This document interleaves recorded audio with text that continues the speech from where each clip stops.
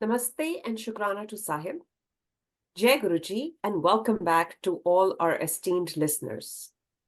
Ek baar fir, we are here together to immerse ourselves in a conversation that reminds us of Sahib's grace, his ways and his wisdom. Our goal is to connect Sangat even more to Guruji through these conversations. Now, how is this different from a satsang is what some of you may be wondering. Well, it is a satsang, but we're not just narrating it, we are actually conversing about it with each other. We want to talk not just about the experience, but also the learnings that come from it and follow it up with questions as they arise in our minds, which may help us get more clarity and make us more spiritually satiated. Hence the concept of Roohani JustuJu. So with that in mind, our guest for today is a celebrated artist, an author to many wonderful books, and most importantly, a Pyari Guru Sangat, who I've personally seen being transformed by his grace. Warm welcome to you, Anita, Kumar, Auntie. Thank you so much for being part of this initiative. Thank you so much, Aarti, for having me. It's such a pleasure. The pleasure is all ours. I'm really looking forward to this conversation. Likewise, Auntie. So, in the spirit of being focused on Sahib and just being hungry to learn more, I think from where I want to start is by getting a rundown of your life pre and post Guruji, and what have been your highest and lowest moments, and then we'll get into some of the key topics through the course of your journey. Sure. Describe to us, what was your life pre-Guruji and how's it ever since Guruji came into your life or Guruji brought you into his fold? So I would like to start from the beginning, which is I was born and bred in England, in Manchester, in a family that was not ritualistically inclined. It was more about the conduct. The ideologies were very simple. The philosophies was one must help those in need, never do harm to others. And we used to light a diya in front of many gods just in case. My mother had Ram, Sita, Shivji, and being, unexposed in England, we thought this is it. We are merely supposed to light a candle, and that to a tea light candle before going to school. So that was basically our religious beliefs and following, which was very, very simple. But because I was born with severe health issues, which really dictated my life and defined my life in many ways, for instance, having a hole in the heart, having crippling asthma, where I wasn't kind of permitted to participate in school sports activities, and then having eczema, which was primarily on the face and neck, which meant I was very self-conscious. And to top it all, I was the only colored girl back then in a white school. So the challenges were not just health, but psychological issues also, where I was not completely embraced by the white community because I was standing out like a sore thumb. You were not one of them. Yeah, I wasn't really one of them, never, because, the conversations they had were something I was not maybe accustomed to or exposed to. Mm-hmm. But there was one thing in me that led me to believe that my calling was slightly higher than that, because I was always grappling with life's existence, reading books at the age of 9 on Buddha,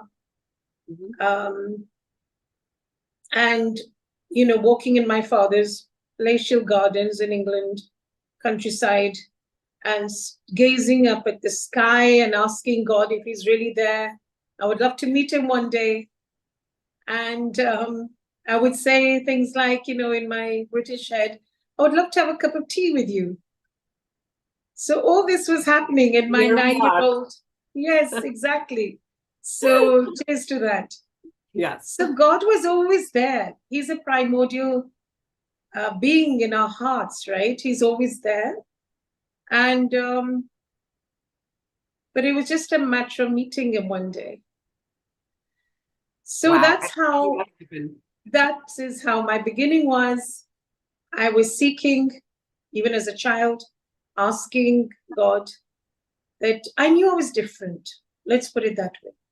I was different. I didn't feel I was special. I was just different because my thought process was very deep.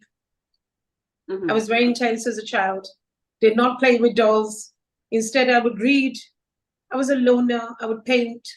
I would write, listen to poetry, write poetry, listen to Hindi music. That's how I learned Hindi. Wow. My Hindi was very filmy Hindi. Na jane mama khana kya banayenge aaj. So it was very, because that was the only exposure I had to the Hindi language. So Yeah. I learned from Hindi movies, which my father used to get every Sunday.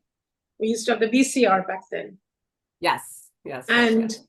I used to look forward to watching the movies. I was very inclined towards India, strangely again. I was inclined towards India. I was inclined towards the language. I was inclined towards God. I was always inclined towards God.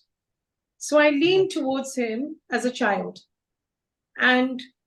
but never got you could say, the navigation, the direction. I just knew that there is someone up there who has to be there to look out for us. That life has to be more than going to school, coming back, having dinner with family, having a glass of wine with dad. Used to open a bottle of wine, God bless him. Being in England, it was part of the culture. At the age of 13, I was exposed to a lot. At the age of 18, 17, I passed my driving test. And my dad decided I'm going to be driving his Rolls Royce back and forth where he didn't want to drink drive. So I would be the driver. So I was a chauffeur.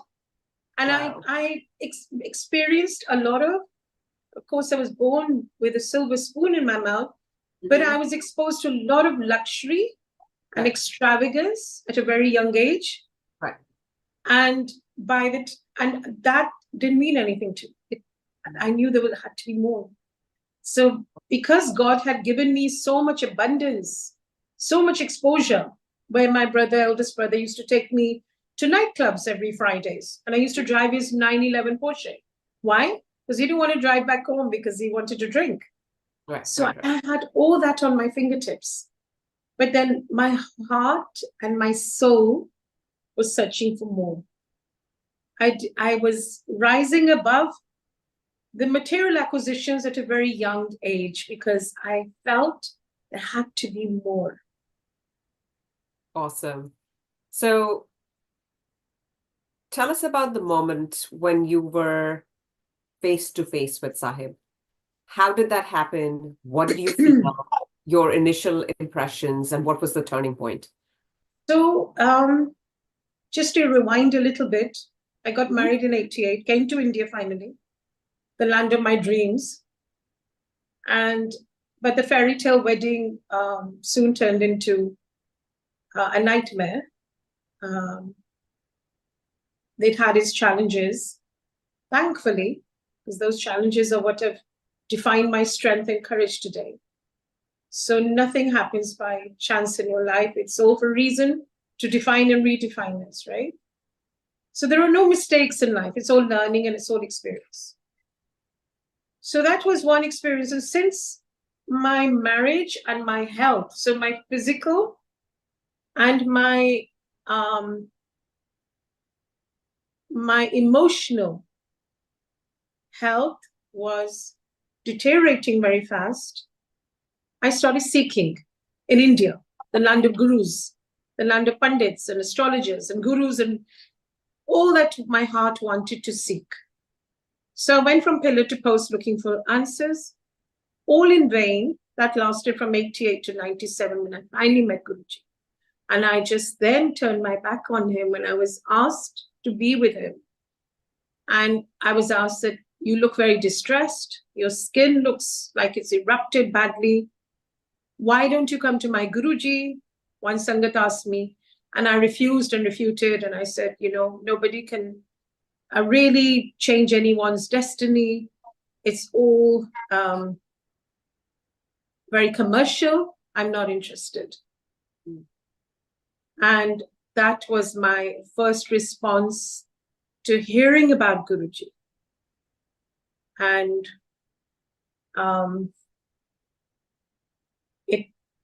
I was determined not to meet him. I was very determined, because I'd gone from pillar to post to one guru and to another pandit. And I had decided in my head, I'm never going to go to any guru again. So that was the first response. And how did that change? I went to oblige the Sangat. The Sangat landed up in my house, 5 p.m., Thursday evening. I remember the day as if it was yesterday. And she came, she said, non-negotiable, you're coming with me. Was that Bambi? Bambi. God bless her. She's the one. And she started speaking dime a dozen in the car about Guruji. Her excitement knew no bounds. She was sharing and outpouring her emotions and her experiences, but it was falling on deaf ears. I was disinterested. And I was gazing out the window. I said, this will be over soon. This whole obliging her. And it was just, I was very, as I said, very indifferent, nonchalant. Mm-hmm. And then we walked into Chota Mandir, again, very nonchalantly. Yeah. And it was 6 p.m. by now, Thursday evening. So he had very unconventionally sitting on his throne, so to speak, his gaddi. Mm-hmm. And he was unconventionally dressed, unlike a guru, trainers, t-shirts, shorts. Mm-hmm. And I walked in, there was no Sangat, 6 p.m., no Sangat, of course. She had informed him that she would be getting me. And as I bowed my reluctant head, I looked up and my soul just knew this is what I was searching for since childhood. I was looking for God, and this is it. And when the next question was, Chai Prasad Pingi, I said, here's my cup of tea that I asked God at the age of 9. Wow. So it was truly exasperating. It was reassuring that finally I met divinity. I didn't know he's God himself, but I knew he's divine. He's the one. He's my parent. He's going to take care of me. I'm going to be looked after. He'll have my help. You felt that instantly. It was instant. It was instant because there was no skepticism. Suddenly all the skepticism and the cynicism just melted away. Wow. And I just felt, okay, whatever I've been seeking all my life, whatever I've gone through, thank God I went through whatever I had to go through, because those experiences have led me home to Guruji. So therefore, it was like the experience was far bigger than all my problems that I had encountered till then. And till then, when I say that, I was 31 by this time. Mm-hmm. And I had gone through even a cataract surgery because I had all my life had an overdose of steroids, hydrocortisones. So by the age of 31, I had cataract in both my eyes. So it was, exactly. So I didn't even know what cataract was, but I almost went blind because I just saw fog, dense fog covering my eyes. And I didn't know what it was. How does a 31-year-old know? Because it's very unusual to get cataract at that age. Yeah. So when I went to the to the optician, he confirmed that you need immediate surgery. So you met Guruji, and as I understand, you still went through. Interesting. I do believe, and I say it without judgment, and I think it's for all of us, Aarti. I'm sure you can also relate to this. I believe as humans, we are born to expiate our karmas. That's one theory. Mhm. So the karmic journey goes hand in hand with your other journey of material journey, your desires, your ambitions, your aspirations in life. Karma is walking with you hand in hand. And you have to go through it. And I do believe today I've learned that if we're calm and we're in acceptance of whatever storm comes our way, then that storm does not harm us. It does not affect us if we do not react. If we just go through it with calmness, knowing that Guruji is with us. So I'll just give an example, and this is a very tangible example. Mhm. After Guruji left his body in 2000 and he left his body in 2007, but 2012, I was diagnosed with breast cancer. Now, when I was diagnosed with breast cancer, I was in Medanta, and I remember this very vividly. The lady who was poking the needle inside me was a trainee. So she wasn't even an expert. She was a trainee. So she was Right. poking it in all the wrong places. And it happened a few times. She would do it, and then she would say, "Oh, I'm sorry. This is not the place. Oh, I'm sorry. Ah. This is not the place." During that moment, I let go. It was almost Guruji saying, even this body is not yours, Anita. So detach and go through the experience with calmness. Don't react. Huge, yeah. This was a huge realization that whatever we're going through is our karmic destiny. So go through it with calmness and accept it with grace, knowing that I'm hand holding you. I'm with you here. But you need to go through whatever we have sown this life, whatever lifetime, whatever we've sown, we have to reap. But we reap it with Guruji's grace, much less. The intensity, duration, it's been mitigated. It's been hugely mitigated. Instead of feeling the blade of a sword, we feel the prick of a needle. That's how much it reduces the pain. Pain is inevitable. Suffering isn't. Suffering is a choice. So pain is inevitable, right? Suffering is a choice. It's an attitude. Do we want to suffer? The answer, with most Sangat, with most people who are on the path, and I mean who are truly on the path, to say I'm Guruji's disciple, not devotee, disciple, it takes a lot of hard work. We cannot be a disciple by simply attending satsangs, having the Langar Prasad, listening to Gurbani, coming away and saying, I'm a disciple. No, you're a devotee. Most of us are devotees. We are following the path. But when we surrendered and we're living by his teachings, and we're implementing those teachings in our day-to-day living, in our every moment-to-moment living, we're remembering him and loving him. And there's no transactions here that I'll scratch your back if you scratch mine. I believe in you, so make sure that you keep my dignity, you do my work, you make sure that I become an artist, make sure I become a renowned writer. No, it cannot be transactory. It cannot be transactional. It has to be unconditional love for your parent. Mm-hmm. And that's what Guruji really wants from us. Because he doesn't want, that's why, therefore, he used to say, Manno Mangone.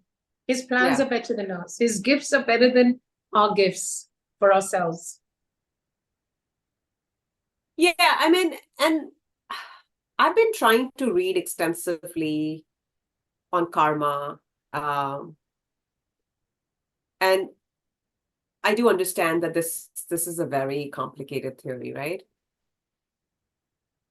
And personally speaking, Auntie, if I ever get a chance to ask one question of our Sahib, the only thing that comes to my mind is that, okay, I get what you reap, you shall sow. Perfect sense. I understand. I only hoped that all our karmic debt could have been resolved or settled or whatever we want to call it in the same lifetime. कि ताकि पता तो चले, it's cause and effect reaction. You did this, you got this. When we carry debt from prior lifetimes, when we have no recollection of what we even did, or what are we being penalized for, or what are we being taught. I don't want to use the word penalized because, to your point, there's a lesson in everything we endure. I think the correlation would have been easier if, usi lifetime ka khata account usi lifetime mein khatam ho jata. This carry forward just doesn't compute here. Is one lifetime enough? I believe, this is my thought process now. And I just believe, Aarti, that even now, as we're living our lives, right? And sometimes even now when my skin erupts and I feel self-conscious and I cannot do anything but scratch and bleed with the eczema, I just feel, okay, when I sit in calmness, I say, this karma is just not going away. It's not being settled. Yeah. Is it karma? Is it environmental? Is it genetic? I don't know. But I just feel that in this lifetime, how it's different maybe from the other lifetimes is that this time we have the tools that have been given to us by Guruji to settle the karmic scores for ourselves, whether it's health, relationships. He wants us to raise our vibrational level with the prayers. We do part and he'll do his part, right? Let him play his part and let us do the part. Like he used to say, part karo. So aap part karo. Aap yaad karo Guruji ko 1 ghanta. Mantra jap karo. Do good deeds. Gupt part, gupt daan, gupt seva, right? Nowadays, it's all not gupt. It's quite the opposite. It's more of, a display of seva, display of, कि मैं हर Monday जाती हूँ, सेवा करती हूँ बड़े मंदिर या छोटे मंदिर, मैं सेवा कर रही हूँ, मैं सेवा. So that the man receives the seva. Yeah, I agree. Yeah, मैं सेवा don't go hand in hand. They're quite an uncomfortable marriage, right? So when we implement his teachings, his philosophies and ideologies, things get better. Sometimes they do, sometimes they don't. Inherently, we are carrying our nature, how we respond to situations, our sensitivity, our emotions. I myself am a very emotional being, and I would say I'm a very sensitive person, but then that's a good thing. If I see it positively, I feel, okay, because I'm so sensitive, I can see the nuances of my own feelings. I can be in touch with other people's feelings also. I can be more empathetic. I can be compassionate. Do you understand what I'm saying? So every, every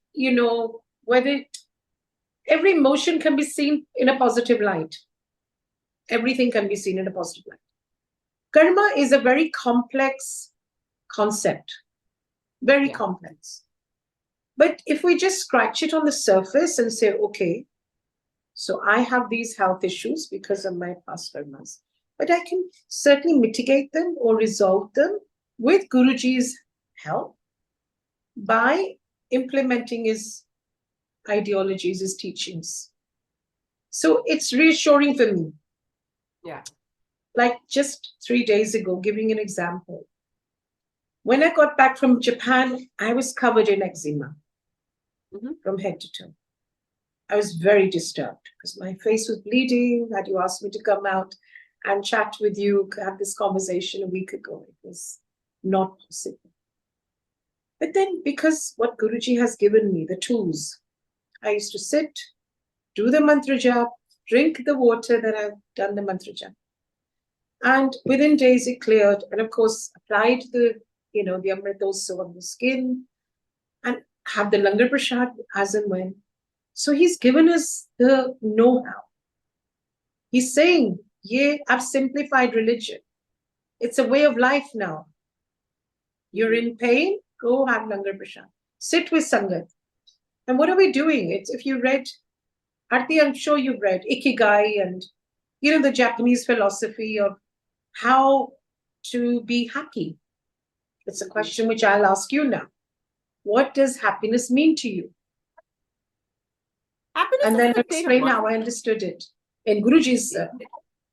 Yeah, happiness is, I think, just a state of mind. And it's got everything to do with your own attitude, how you view things. And it's something very, very personal. So, what makes me happy may be meaningless to my own children or somebody sitting next to me. So I think it's very personal. It's a state of mind.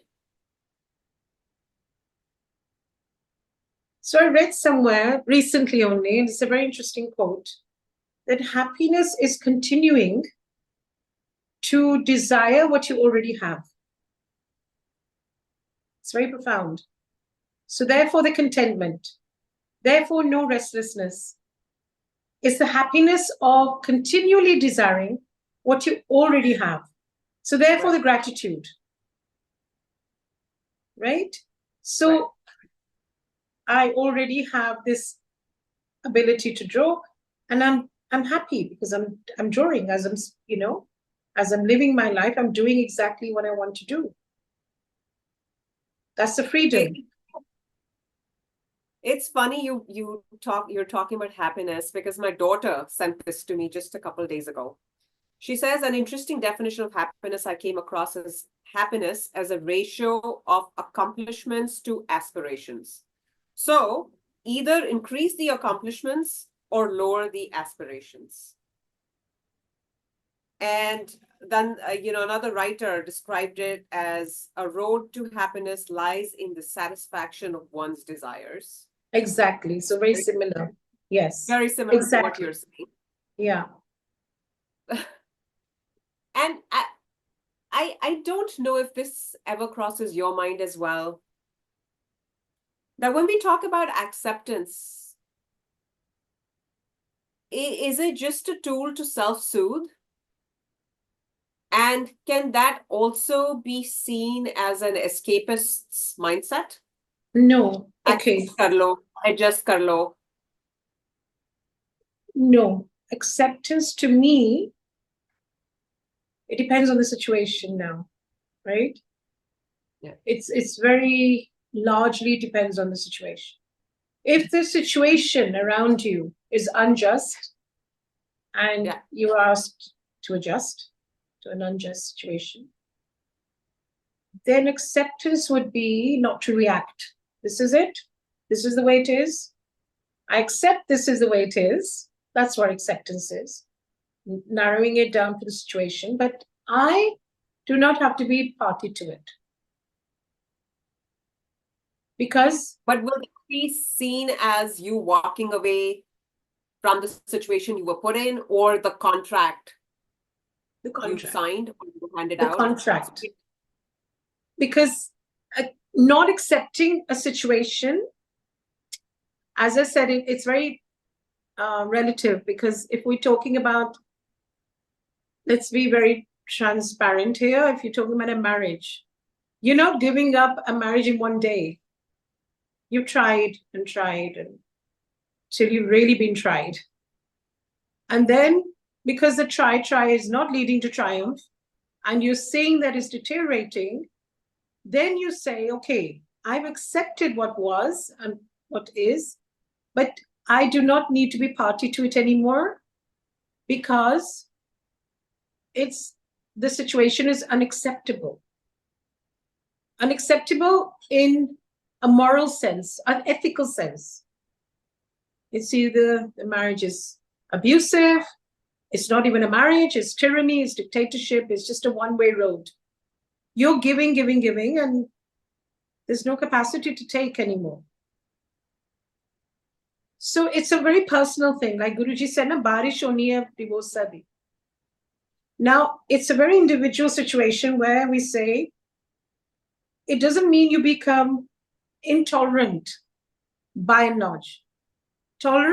Being tolerant is is an attribute. Yeah. But tolerant of what? And for how many years? Tolerant of abuse, are we talking about? Tolerant of somebody mistreating you or misbehaving towards you? To a certain extent, if you cannot, kind of come to some sort of an agreement or a compromise, then it means you walk out. But tolerance in today's world has become too extreme. Usne mujhe ye bol diya, so I'm walking out. That is not also correct, because marriages need working on, needs adjustment, needs love, needs certain amount of compromise. So I think today's generation who are intolerant, not just of marriages, of each other, of their parents saying something. So that's why we need to work on our patience and broadening our view of what is right, what is wrong, what is acceptable. You just have to define your values. Agreed. What has been your highest and the lowest moment with Sahib? So the highest moment of my life was when he cured me of my skin cancer. And he calls me from the Sangat and he says, Addara. I said, Hanji Guruji. He said, Du Shraddha mein paas ho gaye. So I was elated. That's a compliment. Yeah. Du Shraddha mein paas ho gaye. But to be honest, with my British education, I didn't know who this Shraddha was. But paas ho gaye was very, Thank God very you didn't ask, but Guruji Shraddha hai kaun? I said, who's this Shraddha? So I said, thank you, Guruji. So he just laughed. He said, Kamli, tenu pata hi nahi main ki kiya. Tu pass ho gaye. I said, मैं गुरुजी पास हो गई ये बहुत है. And then he said, जा तेरा skin cancer ठीक किता. हूं तो bathroom दी पत्ती ना बंद किता कर bathroom जान तो पहले और आईने को ना डरे. तो बड़ा भटक के मेरे को लाई है. तो बहुत भटकी है. बड़े बाबास, gurus, पंडित, astrologer हो गई सी पिछले साल. I said, हाँ जी गुरुजी. And I was very sheepish about it because I knew he said, उन्हें की क्या से? So I said, Guruji, हाँ दस ना. Guruji, हाँ दस. कि उन्हें क्या से? तेरी कोई life नहीं December 97. उन्हें सही क्या से? Astrologer तुम्हारी पत्री पढ़ देने. मैं तुम्हारे लिख बदल देना. मैं तेनू नवी जिंदगी देती है. तू सचमुच पिछले साल तेरी life नहीं पिछले साल पर. मैं तेनू नवी जिंदगी देती है. आगे जाके समझ आएगी क्यों देती है. I was a tad disappointed when he said Navi Zindagi Deti hai. Because to be completely honest, at that time my marriage had collapsed already, but I was already in it, but it had collapsed. It had caved in. My health was not, my energy levels, it was, I had immunity issues. So I was not full of energy and enthusiasm the way I am today. I was still trudging along. My feet were still being dragged on the path of life. So, but yeah, that was a high moment in the sense that, okay, Guruji, things are going to get better. There's light at the end of the tunnel. If I have health, I have my wealth. It's like that, And you have a life that's been gifted. At least I have a life with clear skin or, at least no cancer, and at least it looks somewhat, attractive. As a woman, as I was, obviously I would be daunted by my reflections. So I was, I said, okay, at least I would be looking a little presentable and attractive. So, but besides that, the high point, the highest point I would say is indescribable and inexplicable. I was sitting with Guruji one day, just sitting here the way he used to make me sit. And I just broke down. Inconsolably, I was crying. But those tears were not of sadness. It was of euphoria. And then the Sangat who was sitting around said, Guruji, bahut ro rahi hai. Kehne, haan, kyunki enu Rab dikhata. It was a very profound statement. And I didn't know what he meant, but I just knew there was something extraordinary happening within me that I was not able to contain. And I was crying tears of joy. I was shedding tears of joy. That was so much cleansing, I feel, of some karmic baggage. I don't know. It's certain things are very opaque and we can't put words to them, but they are experiences which cannot be quantified in words. It's very simple. You just have to feel them. They're an emotion.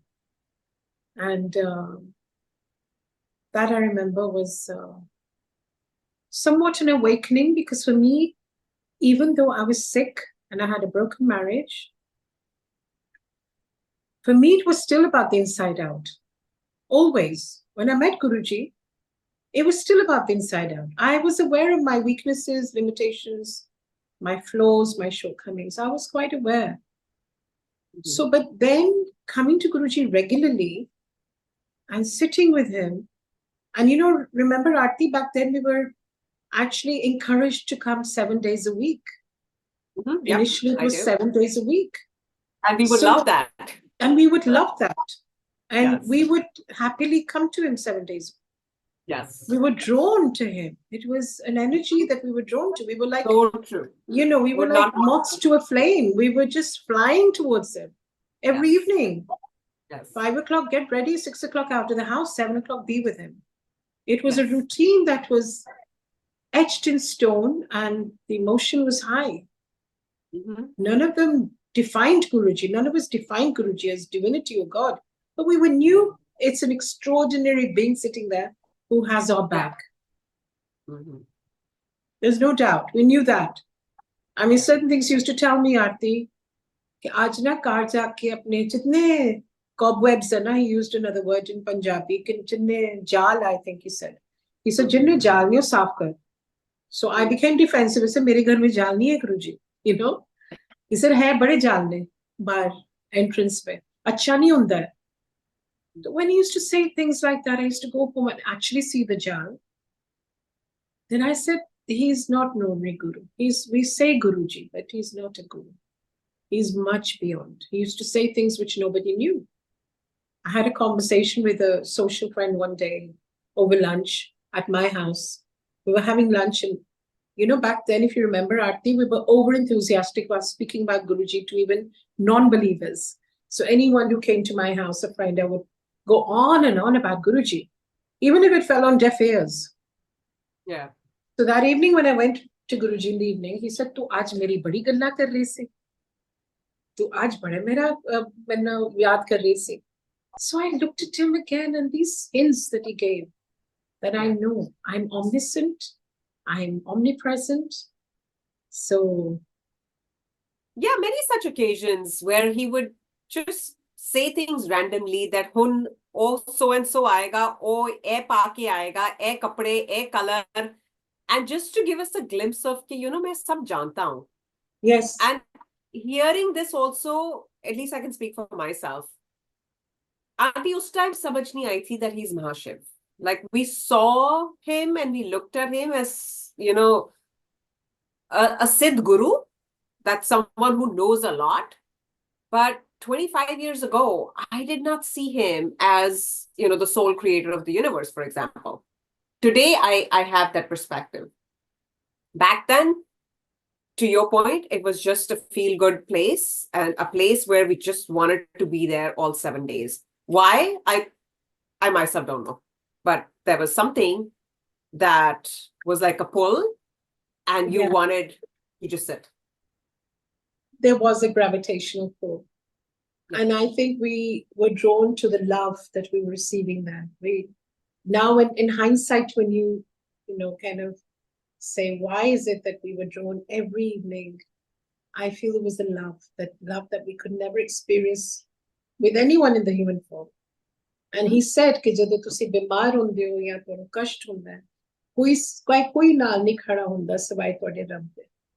And it is a fact that God, even today, when there's an issue, and we talk to Guruji telepathically or even verbally, as we're sitting in our living rooms alone, we're having this conversation, he proves to us that he's listening, because the next moment or the day after, maybe a Sangat will call or somebody will call to help you, to give you that helping hand. So I just feel Guruji is, like he said, "Main kidhar nahi ja raha." He's got nowhere. Literally, his light, his energy, it's all around us and within us. He's a primordial Guru that came to awaken the Guru within us, the divinity within us. So he rests in our heart, in the seat of our heart. Therefore, he can hear our every thought, he can see our every word and action. He can hear our every word and he can see our action. So he's totally there. It's unmistakably true that he's there for We are each one because of he us. is. Each Yeah. one of us. And that's the beauty, that he connects to every soul, and every soul is a part of him. We're all divine beings, but we just don't know it. We're having this human experience, which is, sometimes very trying, but in the end, it's all triumphant. For me, like I will say, every trial has led to triumph. Every worry has led to some kind of wisdom, and you have to give yourself time to reflect on everything that happens to your life. No mistakes. Everything is exactly the way it's meant to be. And there's a beautiful learning in everything. As long as we're evolving from it and we are growing from it, Guruji is very happy with us. Because if we keep making the same mistakes over and over, then we're just going around in circles. So Guruji wants his children to grow because he's a parent. He wants the best for us. He doesn't test us. When people say he tested, वो हमारे test है, वो हमारे कर्मों के test. But Guruji, why would a parent? Are you going to test your child? How much the child has learned so far in your upbringing? Then no, it's the test of our own karmas that we've created or generated in some lifetime. It's us. We're the doers. We are the co-captains of our destiny. Yeah. Guruji only loves us, and therefore we must only love him back. That is, there's no test from him. There's no test. Test comes from our own lives. From doing or undoing or not doing. You understand? It's like certain things which I may have not repaired about myself. Guruji is not retributive. He's reformative. Guruji is not retributive. This is something we must all realize and imbibe in our lives. He's restorative. He's reformative. He'll reform our lives. He'll give us the best to make it better. Excuse me. Is it time for a little chai prashad? Just yeah. How much time do you have, Auntie? I have. Where are we? What time? What time are we on? It's 8:58 Eastern time. Lovely. Yeah. So just one question that came to my mind when you were just describing. Everything is exactly how it's supposed to be. What accountability should we take in these situations we are in? If we palm it off to, yep, this is how it was supposed to happen, and so it happened, where is our accountability for our actions in this? So if we believe that everything is happening in his hukam, right? So therefore we say everything is the way it's meant to be because it's his hukam, right? So that's one. Now, this is where the question of surrender and complacency comes, right? So we surrender to the situation. I surrender to my skill. I'm giving you very tangible, real life, practical experiences of mine. This is not bookish. This is every day. I go through some health struggle, right? I have autoimmune disease. I have skin disease, and the skin erupts because of the autoimmune, right? Now, when that happens, when I say, that's the acceptance. Okay, this is it. I'm not going to react further by getting angry with myself. I'm going to accept it calmly. Now, the accountability is, Paat karo, Shipran paro, jo Guruji ne bola. See, you do your best, let him do the rest. You do your best in that moment. In that moment, I'm bleeding, I'm scratching, I'm making myself flare up more. But if I don't react to it and I say, okay, calm down, center yourself, calm yourself, Anita, and drink the holy water, which is, mantra jap karungi, jal pe piyungi. So I will drink that and I will calm myself down. I will do things which I'm meant to do. So that's my accountability. As in, avoid certain foods. Okay, Guruji ne us time, jab skin cancer, da bola, to non-veg chhad de. I was aghast. I said, Guruji, I'm literally grown up in England having chicken, tandoori chicken. I learned how to make at the age of 7. You know what I mean? So it was very much part of our diet. It wasn't. So when he said that, I just looked at him aghast and he said, "Thodi der was there." How compassionate of him that. But then I actually became a vegetarian for many years. And then I, 2-3 months ago, was in Dubai and I was feeling very weak and I was feeling very tired all the time. I didn't know that vitamin D was low. This is another lesson for all of us. We must get our tests done regularly. Yeah. So when I had the blood test done, it came vitamin D low, iron low, this, that. So I realized, I said, okay, now I want to eat chicken. I was craving for it, longing. I went overboard. Then I went to Japan, ate nothing but chicken. There was a limitation also in vegetarian. Right. Now, when I came back and I said, okay, Guruji had said this to me that quit chicken because it's generating heat. And if you have a skin issue, maybe it's aggravating it. So, of course, reasoning with everything that you're going through, rationalizing, understanding it, that is not complacency. You are doing your best. Do you understand? Now I quit chicken in the last 1 week. I only got back from Japan a week ago. I said, okay, I'm going to clean up my diet, have the aloe vera juice, quit chicken, have more water in my diet, much more water. Don't drink coffee, it aggravates. So all the allergens eliminated, all the good things which nourish the skin, been added. And along with really stepping up on my faith. So there's no complacency, it's a lot of hard work. There's no acceptance in a complacent manner. There's acceptance in a proactive manner. Does that make sense? As I'm speaking to you, you are doing the best you can. You do the best. Situation, yeah. You are proactive. You're not complacent. Complacency is, okay, hai to hai, kya karu? Carry on doing what you're doing. If we don't change, then nothing changes. Yes, yes. But if we change our ways, then everything changes. We're all creatures of habit. In a way, we're all complacent. Jaise chal raha, sab chalta hai. Delhi has that attitude and mindset. Sab chalta hai. No, sab nahi chalta. Sab ruk jata hai. And change is hard. Change is hard. Change is good. We're all resistant to change. Change is good. Change of attitude. Change is the only constant. Yeah, yes. I agree. Yeah. Auntie, any other words from Sahib that echo in your mind? Always. Not shared and, something more into. See, in my day-to-day conduct, I'm very mindful of Guruji's teachings. And when I say that, Aarti, I mean it in a very practical sense again. When I speak to my housekeeper, compassion, showing compassion, going that extra mile to do things for them. He said, "Changa nahi kar sakte, mara bhi na karo, but changa karo." Right. Changa fir bhi karo. Doesn't matter how the world is slanting. You may think the people around you are slanting towards being conniving, being unfair, being unjust.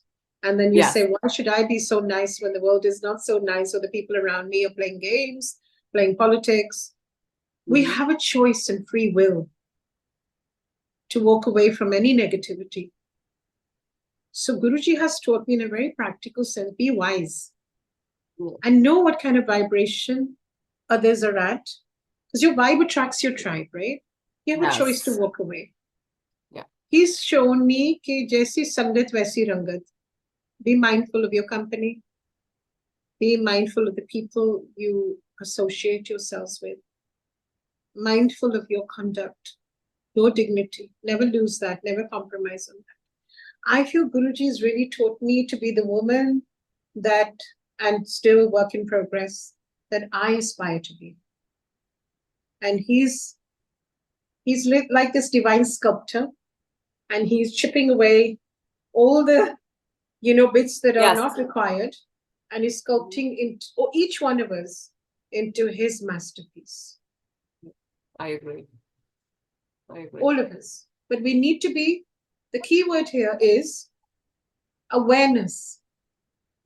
Live with heightened self-awareness. Know what we're thinking, know what we are saying, and be mindful of what we're doing. It just makes life much simpler. And set your own standards. I can say one thing, like Guruji say, nazar lag diya, right? Social media. Social media pe zyada nahi ho, nazar lag diya log ka di, nazar kar lo bachcho. I really feel that it pays to be low profile, because we are not comparing ourselves to others' lives. We are living by our own standards. We're raising the bar only for us, if we're raising it at all. And when we raise the bar, we raise it to be a better person. Not, I don't mean materially. I mean, again, so we can be a shining example, Aarti, to other Sangat. Ye Guruji ki Sangat hai. When they see us, this is what they say, कि ये Guruji ki Sangat. Because Sangat to bahut hai. But Sangat hai ki bheed hai. Is it a herd mentality? Is it a herd mentality? That Aarti is going, I must go, let's see what is happening. Even celebrities are going today. So what's going on there? Is it a herd mentality, or is it a mentality where you want to be the most excellent version of yourself? You really want to shine your light before we finally, with His grace, merge into the light, And I feel that we aspire to be the beacon of light. So for that, Guruji has given me the wisdom, the teachings, and also the wisdom to implement it slowly but surely. I'm flawed. I am not a flawless human. I have my imperfections. But I'm work in progress. I have the awareness. Oh, Anita, you did this again. Yes. Yes. That's so learn from your mistakes. Yes, absolutely. And we're so glad that you are actually sharing those pearls of wisdom with all of us here. And sometimes that reinforcement, that little nudge, that reminder goes a long way in just transforming somebody's score. And certain things just hit home. And that's why I think with Sahib's Agya, we're even having this conversation. Auntie, we have so many more topics to cover. So I'm wondering if you would be willing to come for the episode 4 also, and we'll coordinate on the days and times. But we would love to continue this conversation with you and probably go deeper into some of the more specific topics. Sure. Would you be open to that? It's such a pleasure having this conversation with you, Aarti, really. Because I know you're also somebody who's very involved, and you're, really are truly Guruji's child. We all are. And he's our life. And to your point, we love him unconditionally. Absolutely. With our flaws. We found our true love. And a parent doesn't judge their children with their flaws. Yes. The parent is happy that the child is trying. Oh, yes. And we will keep trying till our last breath and beyond. Absolutely. Guruji, just keep us in your fold. Koi galti ho jaye, Guruji, to hum sabko क्षमा करें. But with that, Sahib se hum आज्ञा लेते हैं, Auntie. फिर से हाजिर होंगे with the next episode. Thank you so much. Thank you. Namah Shivaya, Siddhi Sada Sahai. Om Namah Shivaya, Guruji Sada Sahai. Jai Guruji. God bless you, Aarti.